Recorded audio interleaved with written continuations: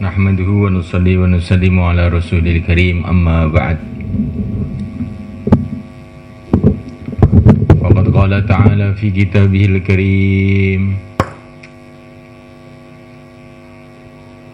walau annahum idh zalamu anfusahum ja'uka fastaghfirullah wa istaghfara lahumur rasul lawajadullaha tawwabar rahima. Wa qala ta'ala inna as-safa wal marwata min sya'airillah faman hajjal baita aw i'tamara fala junaha alayhi ay yattawafa bihima wa man tatawwa'a khairan fa innallaha syakirun alim. Hadirin yang dimuliakan Allah Subhanahu wa ta'ala itu berfirman, kalau orang-orang itu berbuat zalim, berbuat dosa, kemudian mereka datang kepada Rasulullah SAW dan mereka istighfar kepada Allah,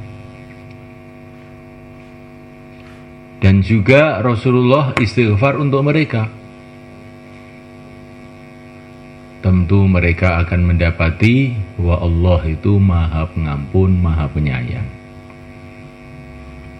Ini dulu para sahabat itu kalau merasa berbuat salah gitu, mereka datang kepada Rasulullah SAW, mereka istighfar kepada Allah dan mohon kepada Rasulullah agar istighfar untuk mereka, kemudian mereka diampuni oleh Allah.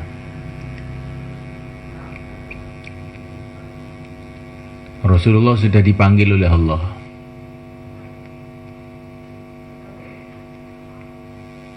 tetapi walaupun Rasulullah dipanggil oleh Allah, sudah wafat jasmaninya, tetapi rohaninya ini tidak wafat.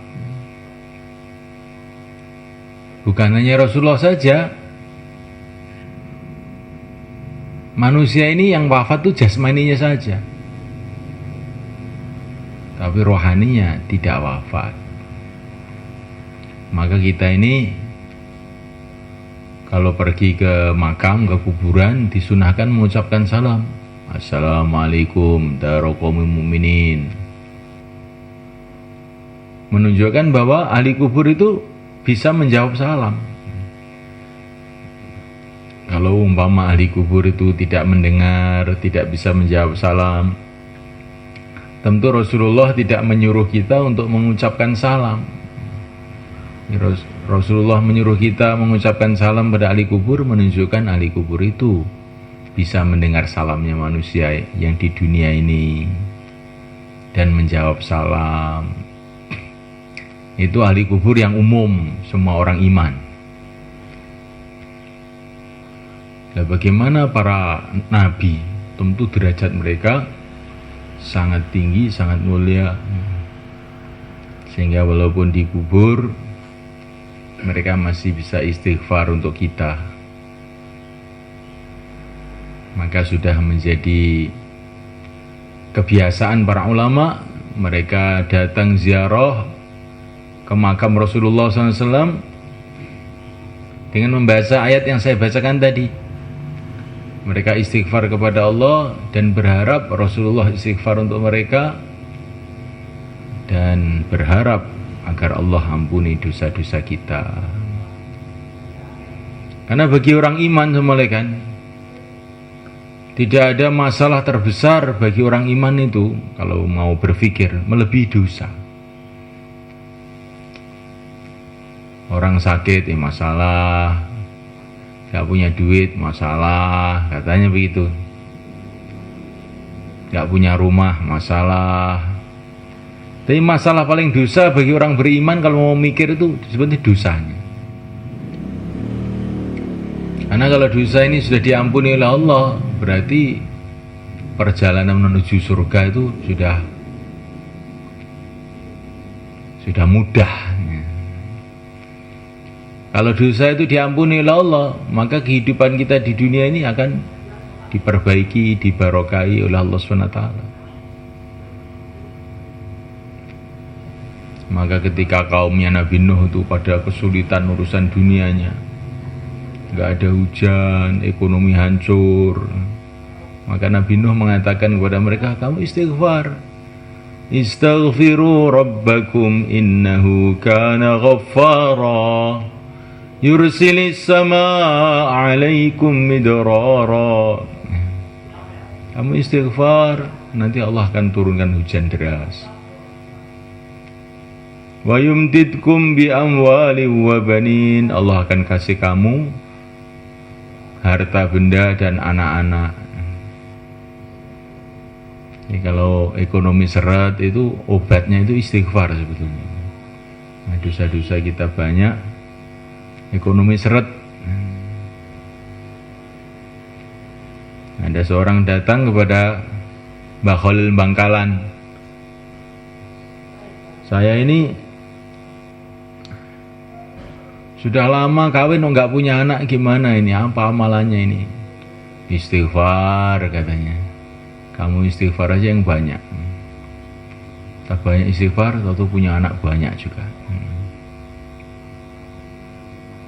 Jadi istighfar ini Masya Allah, ampunan dosa itu maknanya datangnya macam-macam kebaikan di dunia, di kubur, di mahsyar.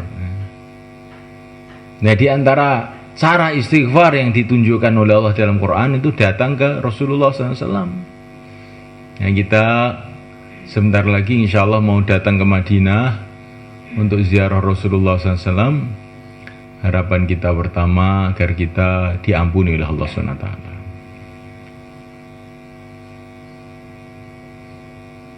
Akan terasa sekali semulakan ini. Nanti di kubur itu, kalau kita banyak dosa itu akan banyak masalah tuh.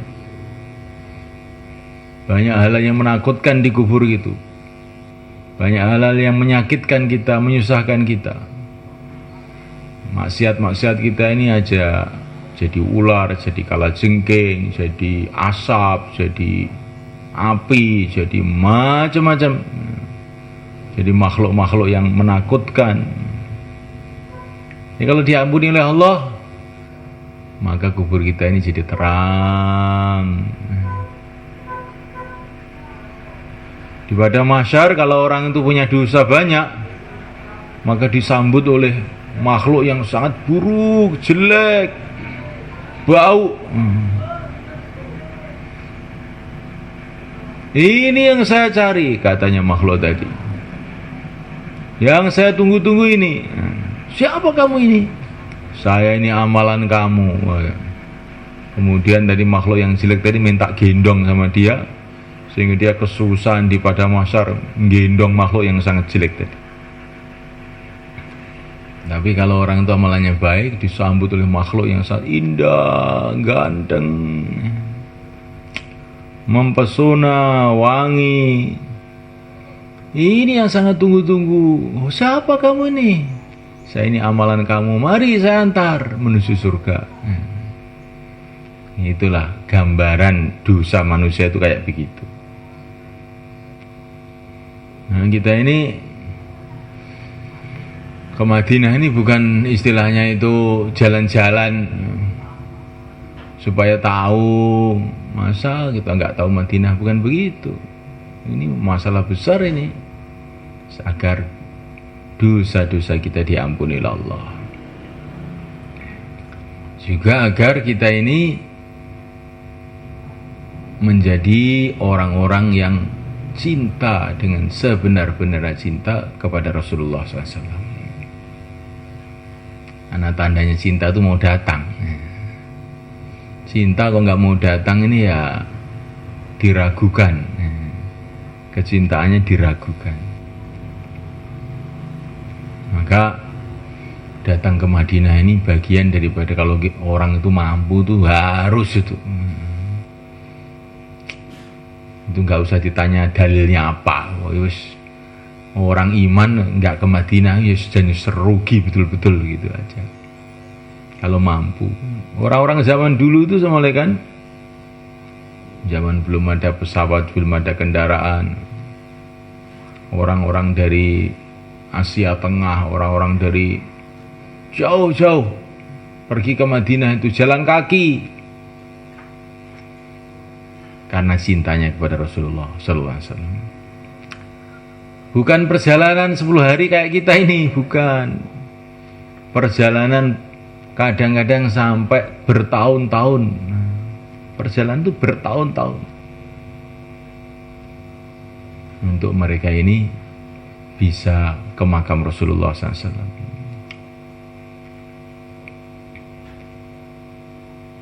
Ada seorang wanita masuk Islam pada zaman sahabat ini. Saya itu ingin masuk Islam itu mengucapkan syahadat itu disaksikan oleh pimpinan kamu. Pimpinan kamu itu siapa? Oh, saya punya pimpinan daerah situ. Wanita tadi datang ke pimpinan itu. Saya itu mau masuk Islam tapi ingin kepada pimpinan umat Islam. Kamu itu pimpinannya? Ya, pimpinan di bawah. Ada lagi pimpinannya, khalifah di Madinah sana. Wah, saya mau ke Madinah. Rasanya saya mengucapkan syahadat kalau enggak di depan pimpinan umat Islam itu enggak puas saya. Sampai di Madinah ketemu khalifah. Kamu pimpinan umat Islam ya? Ya, bukan, saya cuma wakil. Pimpinan umat Islam itu Rasulullah. Di mana itu Rasulullah? Rasul sudah dipanggil oleh Allah. Di mana kuburnya? Di sana. Ditunjukkan ke kuburnya Rasulullah. Kemudian dia mengucapkan asyhadu alla ilaha illallah wa asyhadu anna Muhammadar Rasulullah. Nangis sampai mati di depan kubur situ. Di orang zaman dulu itu loh, orang baru masuk Islam itu punya cinta pada Rasulullah sampai kayak begitu. Maka nanti kalau kita ke Madinah itu kalau nggak bisa nangis itu berarti hatinya itu keras. Kita harus merasa rindu, merasa kangen, merasa ingin bersama Rasulullah, karena dialah orang yang paling mencintai kita, menyayangi kita, yang akan menuntun kita menuju surga Allah. Maka datanglah ke Madinah itu dengan perasaan senang, gembira. Mulai sekarang baca selawat aja. Dan semua sunnah-sunnah Nabi yang kita tahu diusahakan. Sholatnya, lain-lainnya. Ajak-ajak berkebaikan, dakwah. Ini bagian dari bukti kita ini cinta pada Nabi. Kemudian nanti beberapa hari di Madinah, mulai kan ini perjalanan ini rutenya itu dirubah gara-gara ada masalah di pesawat. Di pesawat Lion itu sekarang dihentikan oleh pemerintah untuk sementara, sehingga pesawatnya ganti pesawat Hong Kong. Jadi perjalanan kita nanti dari Surabaya itu terus menuju Hong Kong. Di Hong Kong ke hotel, entah berapa jam, terus tulisannya 3 jam, biasanya itu ada mundurnya begitu itu. Terus ke Jeddah, dari Jeddah baru ke Madinah naik bis.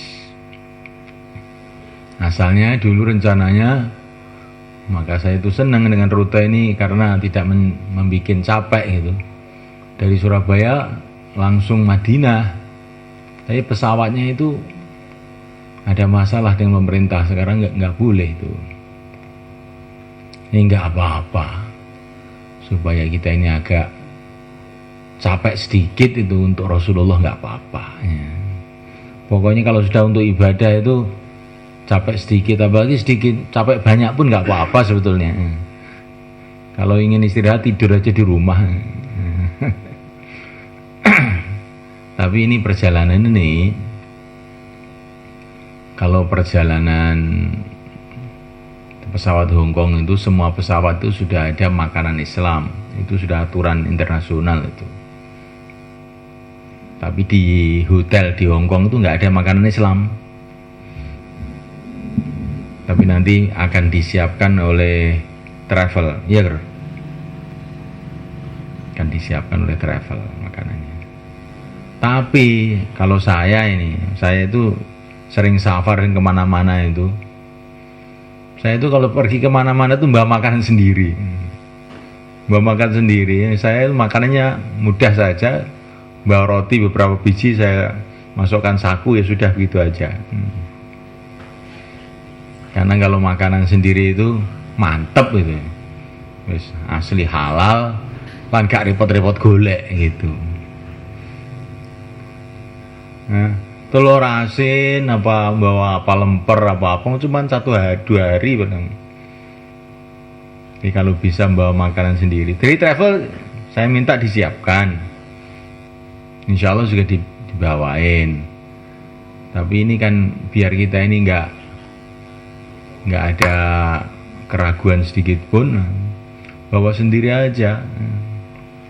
Saya sendiri juga saya suruh masakkan itu istri saya. Wis sembuh nggowo arem-arem wong nggowo tak sakane wis gak ada repot-repot. Karena bagi saya makanan itu penting sekali, apalagi di dalam perjalanan begitu. Saya itu di Mekah, di Madinah saja itu nggak mau makan di warung kalau nggak darurat sekali itu.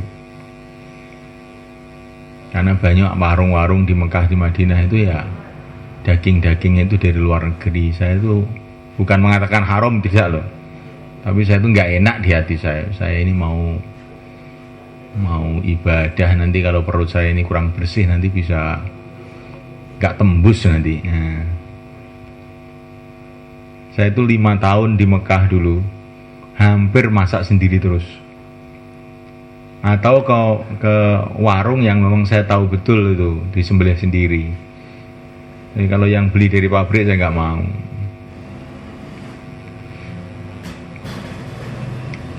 Tapi itu saya tidak mengharuskan. Tapi kalau saya begitu gitu. Kalau yang mau langsung makanan pesawat itu sudah disiapkan makanan Islam juga. Tapi kalau saya di pesawat itu cuma minum saja. Makanannya saya sai sendiri itu aja. Itu saya teringat Mbah Mangli. Mbah Mangli itu kiai di Magelang. Itu waroknya itu luar biasa.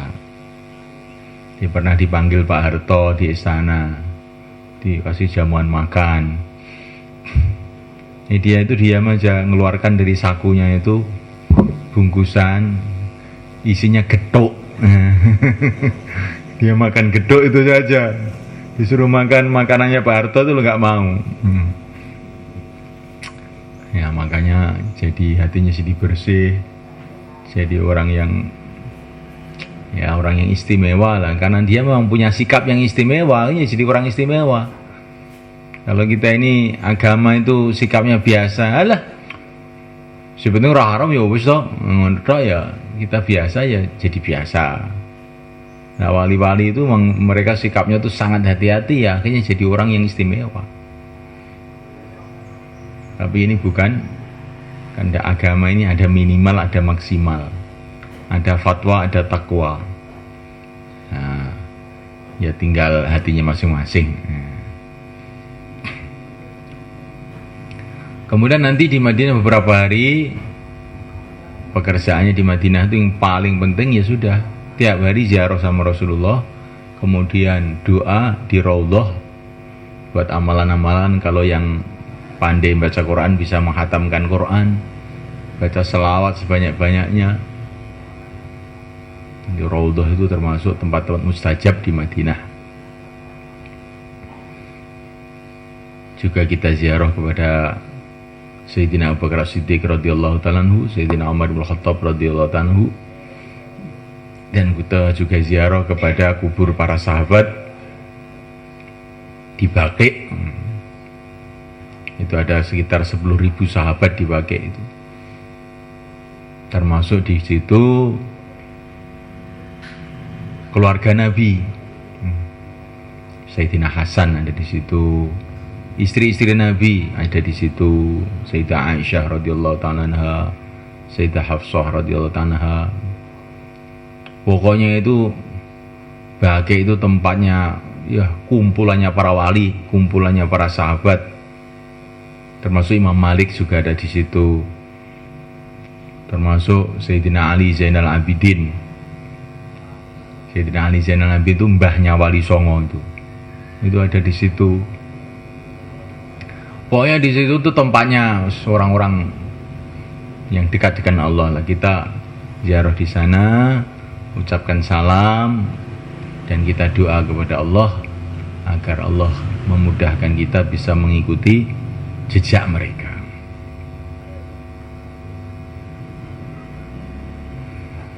Juga mungkin nanti akan di Uhud, tempat syuhada Uhud, Sayyidina Hamzah paman Nabi ada di sana. Sayyidina Mus'ab bin Umair, ini seorang pemuda dari kalangan sahabat yang pertama kali dakwah di Madinah. Keluar setahun di Madinah Pak Sohib ini, Mus'ab bin Umair, mulai dari musim haji ke musim haji dakwai orang Madinah, sehingga akhirnya orang Madinah masuk Islam semua atau hampir semua. Mus'ab bin Umair juga ada di sana, dan beberapa sahabat yang lain. Mungkin nanti kalau disiapkan oleh travel akan ziarah ke beberapa masjid di Madinah. Nanti cerita masjid-masjid itu akan dijelaskan di sana aja. Setelah beberapa hari di Madinah, kita akan umroh.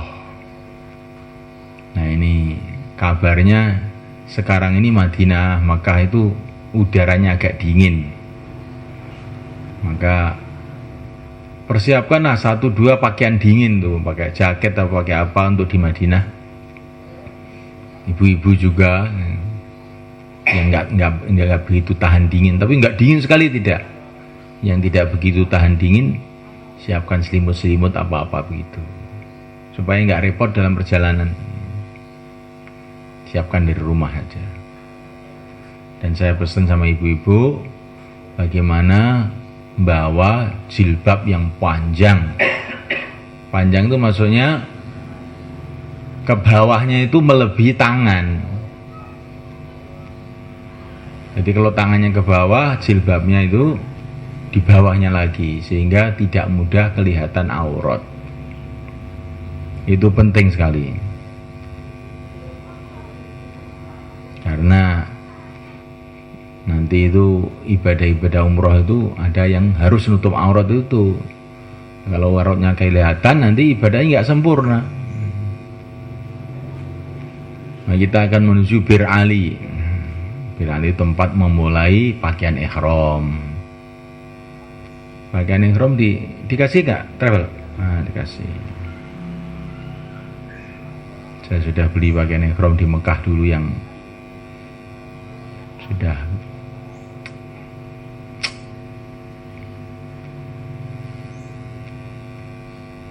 di sanalah kita akan mulai ihram. Kita lepas pakaian-pakaian biasa, ganti pakaian ihram.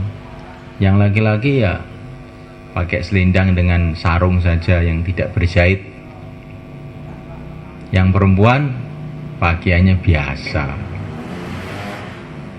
nutup aurat, tapi telapak tangan nggak boleh ditutup, muka tidak boleh ditutup kalau di depan wanita. Tapi kalau di depan laki-laki bukan mahram, muka boleh, bukan harus, boleh ditutup.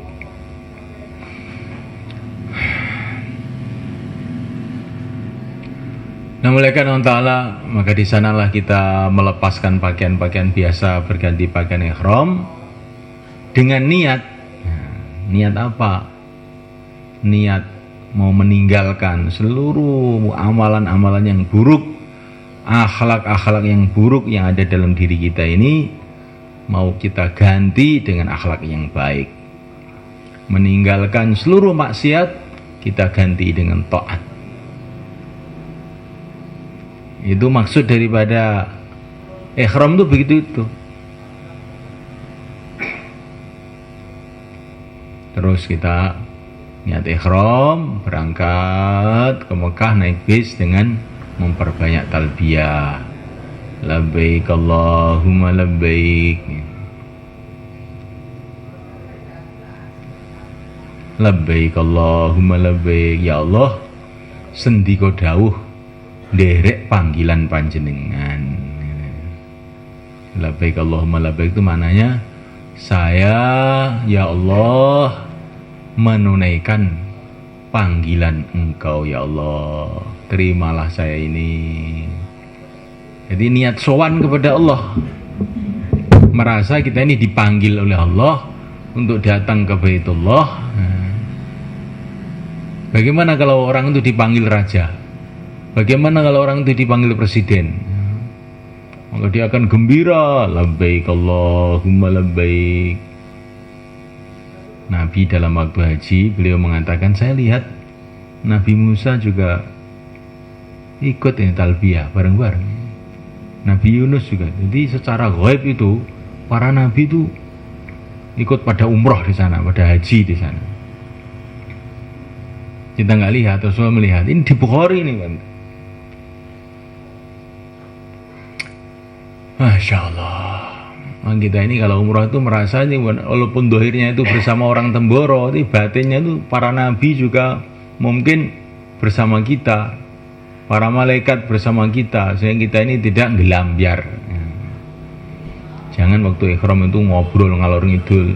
Sudah pokoknya selama umroh ini 10 hari ini nggak usah lah ngobrol dunia, nggak usah. Urusan apa saja.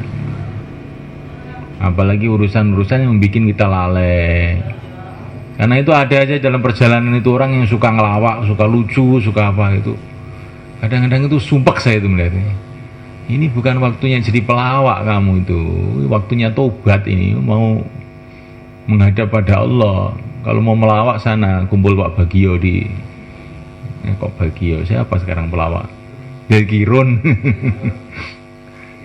Ini bukan waktunya itu waktunya konsentrasi. Nah itu kadang-kadang setan tuh mengganggu orang tuh. Itu ada orang yang suka ngelawak, ada orang suka bicara politik, ada orang yang suka bicara bisnis.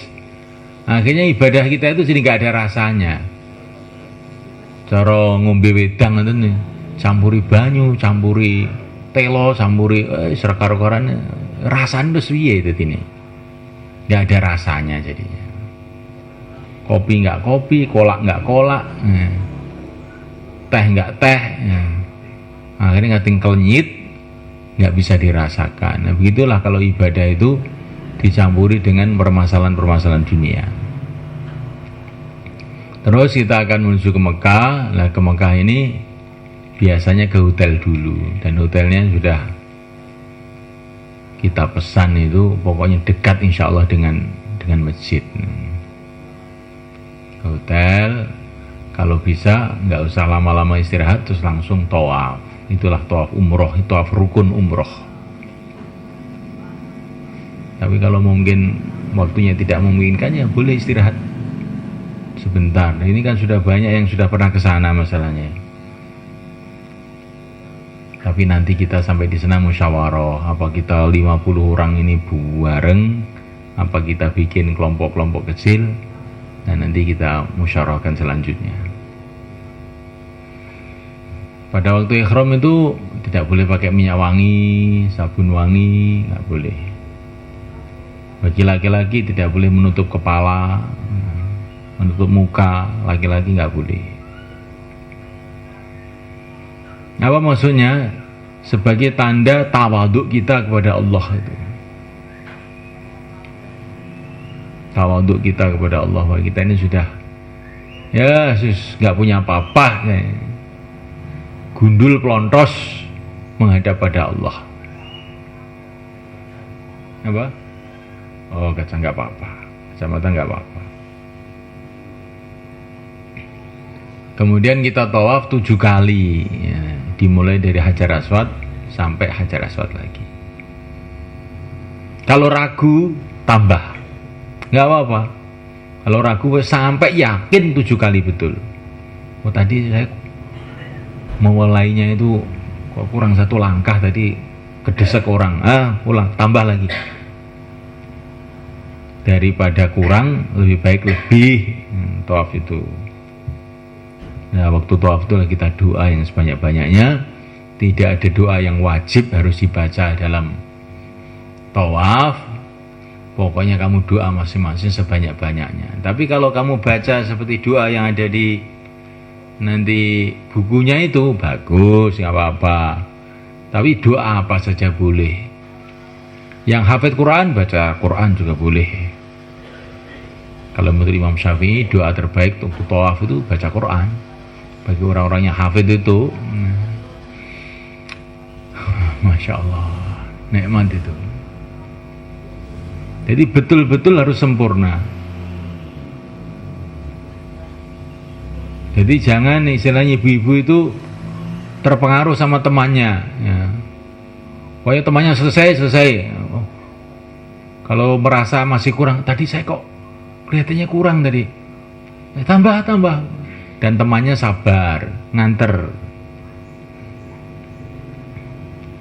Dan tawaf itu harus posisi Ka'bah di sebelah kiri. Tidak boleh menghadap Ka'bah, tidak boleh membelakangi Ka'bah. Gak oleh madhep, gak oleh nyingkur. Kudu selalu Ka'bah niku enten kiwa. Jadi nek sampean mlaku kok kedesek wong dadi madhep kudu mundur neh sak langkah. Nek gak iso mundur sak langkah, muga wong akeh, ya diterusnya ae engko ditambahi sak ubengen neh.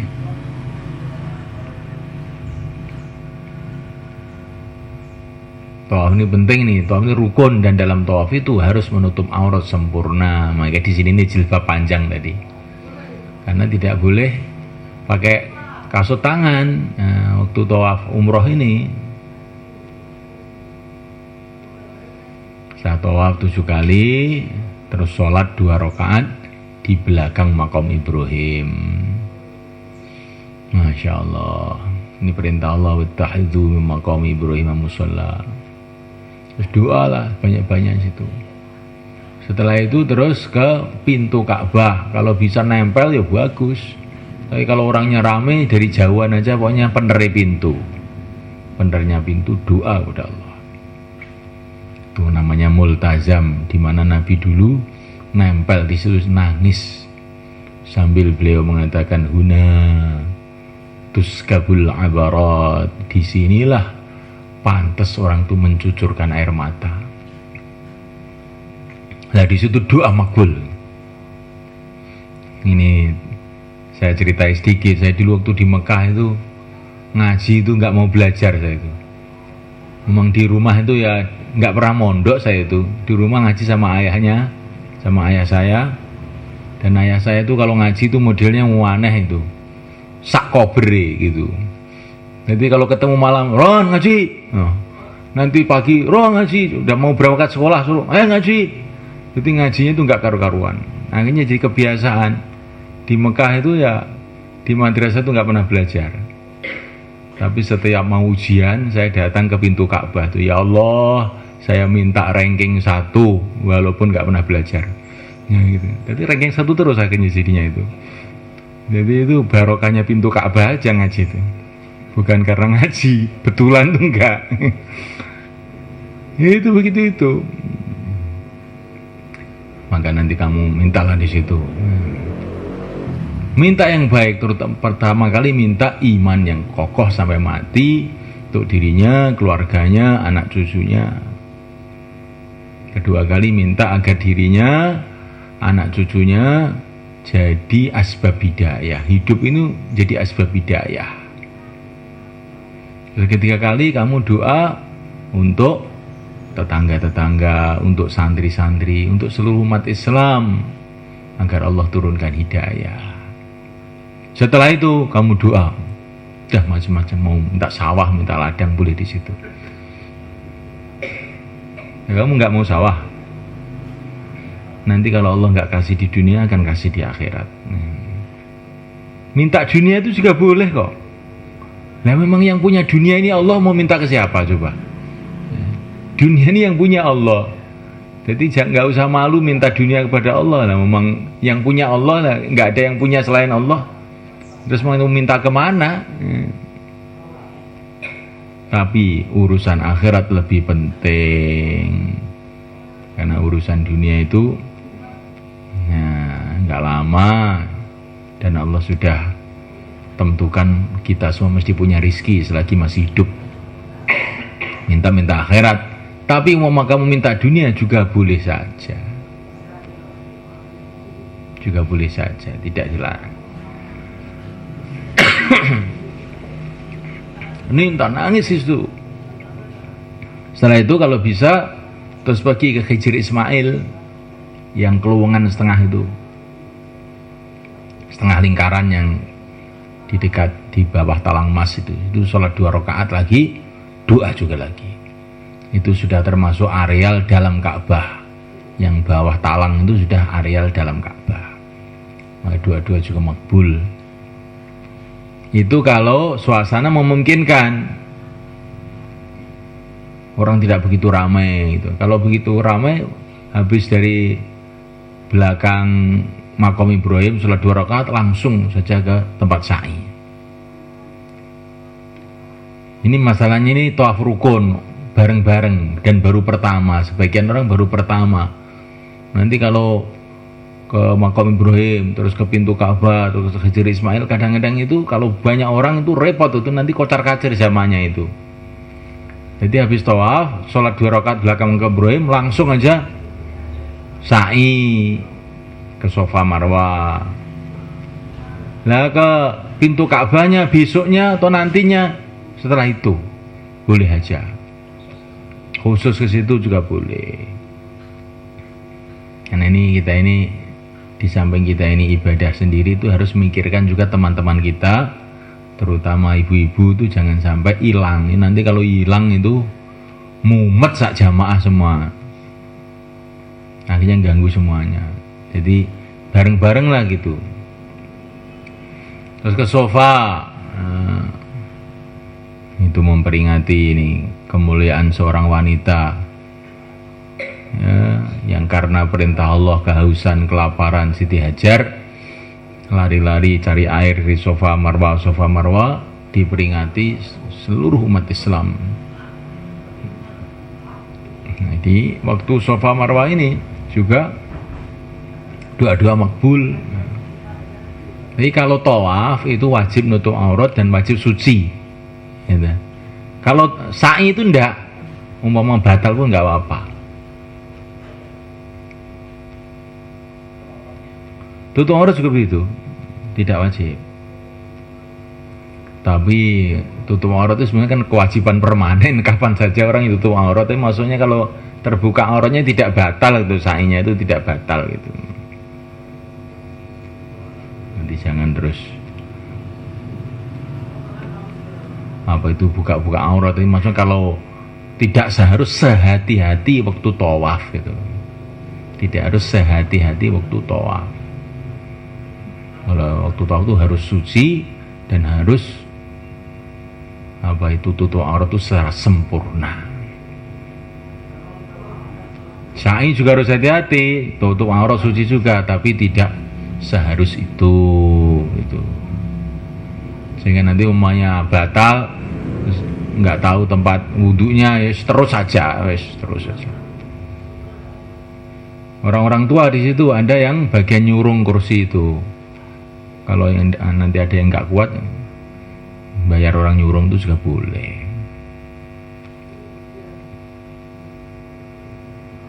Sampai 7 kali, Safa Marwah sekali, Marwah Safa sekali, ini 2 kali sudah.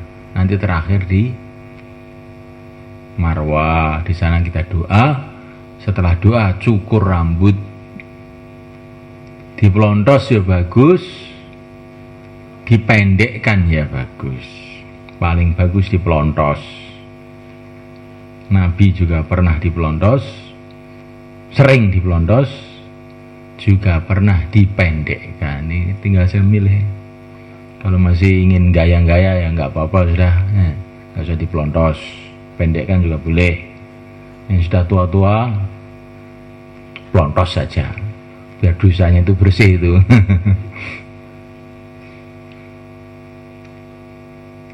Setelah itu selesai pakaian biasa, pulang ke hotel. Nah, setelah itu tinggal kita pilih. Kalau yang badannya kuat bisa tiap hari umroh nanti dari Tanaim, bisa jadi Cirona, nanti ada yang ngantar juga. Yang sudah biasa ke Mekah juga nanti Pak Bir insya Allah semoga bisa ngantar juga. Kalau yang tidak badannya kurang sehat, pokoknya kerjanya di Mekah tiap hari tawaf aja sebanyak-banyaknya. Tawaf 7 kali, sholat 2 rakaat di belakang Maqam Ibrahim 7 kali lagi, terus begitu. Usahakan ya wong itu Mekah. Tawaf itu di Temboro nggak bisa. Di seluruh dunia nggak ada yang bisa tawaf itu kecuali di Mekah.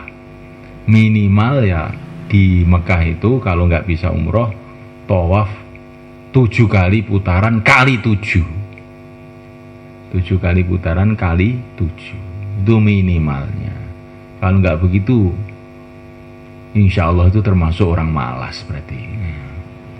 Nah kalau di Mekah aja malas itu mau sergap di mana? Nah, sergap di kuburan itu nanti akhirnya. Jangan sampai mereka malas. Kalau tawaf, selesai tawaf terus bisa duduk zikir, melihat Ka'bah itu aja sudah dapat pahala. Ini termasuk amalannya dia tidak ada di selain Mekah, melihat Ka'bah, duduk melihat Ka'bah sambil zikir, baca selawat. Yang hafid Quran, baca Quran, masya Allah bagus sekali. Bagaimana mengenai belanja?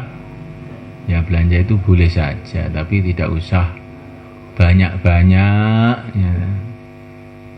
Orang itu kalau sudah mikir belanja itu kadang-kadang terus tawafnya di pasar dengan tawafnya di Ka'bah itu banyak di pasar. Itu sudah penyakitnya orang Indonesia. Soalnya belanja, padahal guru belanja tasbih, belanja gitu, tapi mubeng setiap ke masjid mesti ke pasar. Ya apa sunahnya ke masjid ke pasar dulu atau bagaimana gitu. Ya usahakan dikurangi lah. Dikurangi. Doanya, nangisnya yang diperbanyak, urusan-urusan yang lain dikurangi.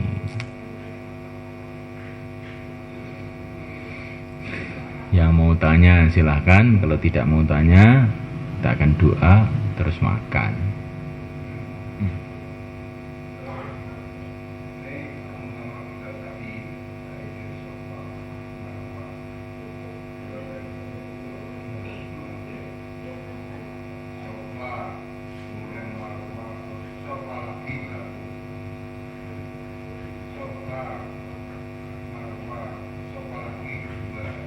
Newton niku luweh sampean betul napa. Tapi niku jenenge ya tidak begitu.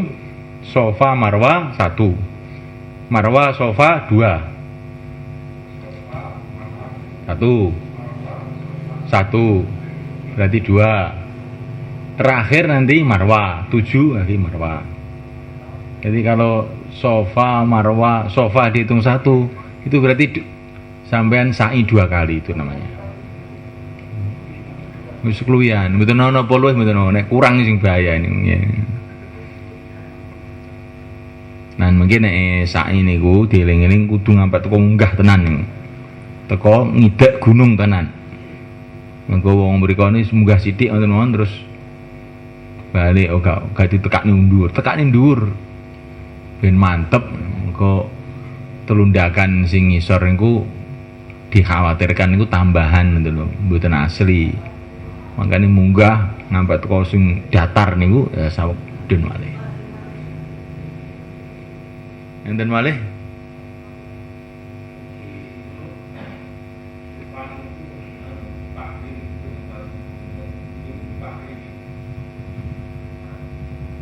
pokoknya sing disisa wis munggah nak. Siapa sih magri? Nyapa di magri?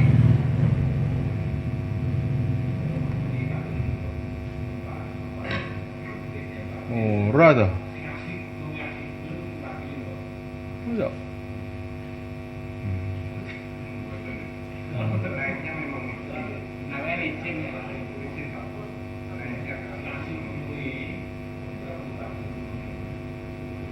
Kayak ning pager ngono ki man. Piye to kan.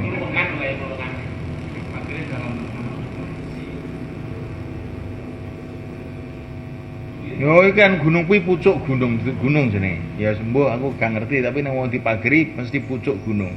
Duduk gunung. Pokoknya sing penting sampai teko entek iso mlaku ngono pun. Nggih, selamat. Nggih.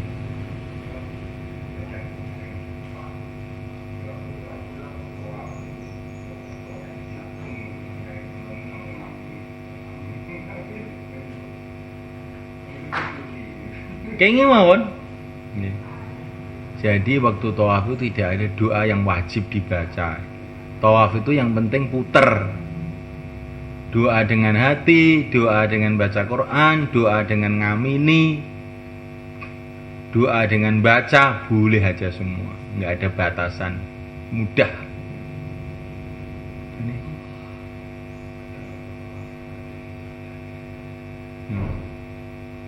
Nah itu ditutup nggih sae, mboten ditutup nggih kenging.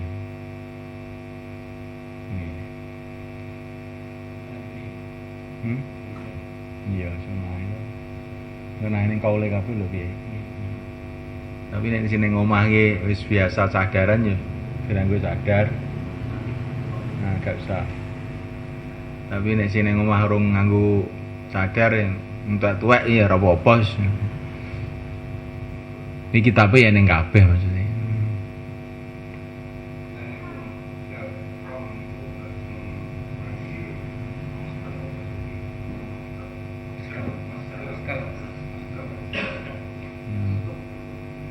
Kata napa nggak masker barang?